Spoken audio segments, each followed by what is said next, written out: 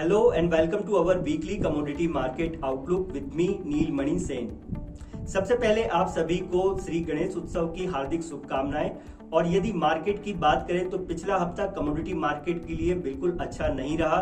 यहां पर हमें एक बड़ा सेल ऑफ देखने को मिला है। साथ ही यदि बात करें सभी कमोडिटीज की तो यहां पर भी बड़े डिक्लाइन कट देखने को मिले हैं। सिर्फ एक नेचुरल गैस ही एक ऐसी कमोडिटी है जहां पर हमें पॉजिटिव नोट के साथ में क्लोजिंग देखने को मिली है।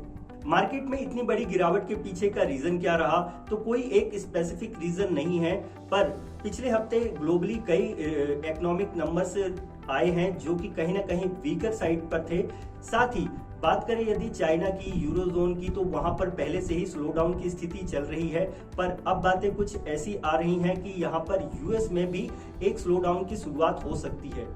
आने वाले वीक की यदि बात करें तो कुछ इंपॉर्टेंट इकोनॉमिक नंबर्स आने हैं, जैसे कि यूएस की तरफ से कोर सीपीआई, पीपीआई और अनएम्प्लॉयमेंट क्लेम्स, कंज्यूमर सेंटिमेंट्स के नंबर्स आने हैं। साथ ही यदि यूरोजोन की बात करें तो वहां पर ईसीबी की मॉनेटरी पॉलिसी है। इसके अलावा चाइना की तरफ से इंडस्ट्रियल प्रोडक्शन और रिटेल सेल्स के नंबर्स आने हैं जो कि कहीं ना कहीं एमसीएक्स मार्केट को अफेक्ट कर सकते हैं, तो इन नंबर्स पर बिल्कुल विशेष ध्यान रखना चाहिए।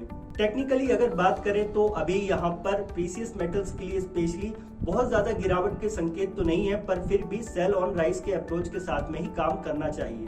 फॉर दिस वीक गोल्ड के लिए एक वीकली सपोर्ट 70,800 के आसपास है, वहीं ये सपोर्ट जाता है तो 69,700 पर नेक्स्ट सपोर्ट लेवल निकल करके आता है। रेजिस्टेंस यदि देखें तो 72,300 पर मेन रेजिस्टेंस लेवल है। सिल्वर के लिए इंपॉर्टेंट सपोर्ट लेवल 79,800 पर है, वहीं रेजिस्टेंस यदि देखें तो 86,000 पर मेन है। एनर्जी पैक की यदि बात करें तो इस हफ्ते एनर्जी पैक भी इस गिरावट से अछूता नहीं रहा है। क्रूड ऑयल में तो मुख्यतः हमने देखा है कि यहाँ पर एक बड़ी गिरावट देखने को मिली है, पर वहीं नेचुरल गैस की यदि बात करें तो यहाँ पर हमें थोड़ा सा तेजी का रुझान देखने को मिला। क्रूड ऑयल में जो बड़ी गिरावट देखने को मिली है उसका ट्रिगर पॉइंट था ओपेक प्लस देशों की तरफ से एक बयान आया था कि वो कहीं ना कहीं अब आगे प्रोडक्शन को इंक्रीज कर सकते हैं, पर हालांकि अभी उन्होंने 2 महीने के लिए इस फैसले को टाल दिया है।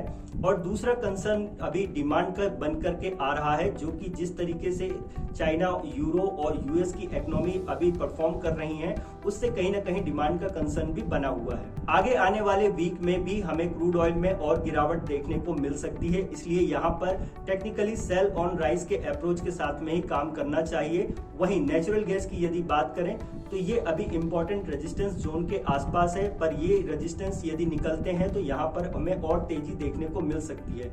इसलिए अभी यहाँ पर बाइंग इंटरेस्ट के साथ में बाय ऑन डिक्लाइन के अप्रोच के साथ में काम कर सकते हैं। फॉर दिस वीक क्रूड में एक इंपॉर्टेंट सपोर्ट लेवल 5,300 पर रहेगा, वहीं रेजिस्टेंस 6,200 पर।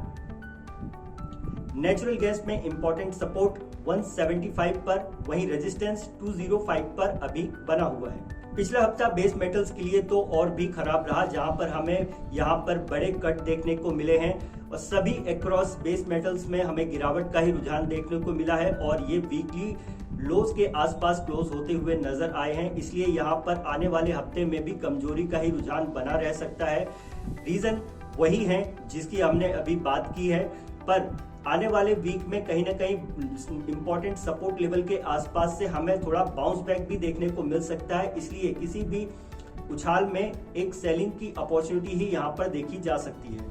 सभी बेस मेटल्स के सपोर्ट एंड रेजिस्टेंस की बात करें तो कॉपर में इंपॉर्टेंट सपोर्ट 771 पर है, रेजिस्टेंस 805 पर बनता है। जिंक के लिए इंपॉर्टेंट सपोर्ट 246 पर है, वहीं रेजिस्टेंस 262 पर। एल्यूमिनियम में इंपॉर्टेंट सपोर्ट तो 213 के आसपास है, वहीं रेजिस्टेंस देखें तो 224 पर बनता है। लेड के लिए इंपॉर्टेंट सपोर्ट लेवल 177 के आसपास है, वहीं रेजिस्टेंस देखें तो 186 पर बनता है। तो ये था हमारा इस हफ्ते का weekly commodity market outlook. Such as more update, please join our YouTube channel and like, share and comment also. Thank you.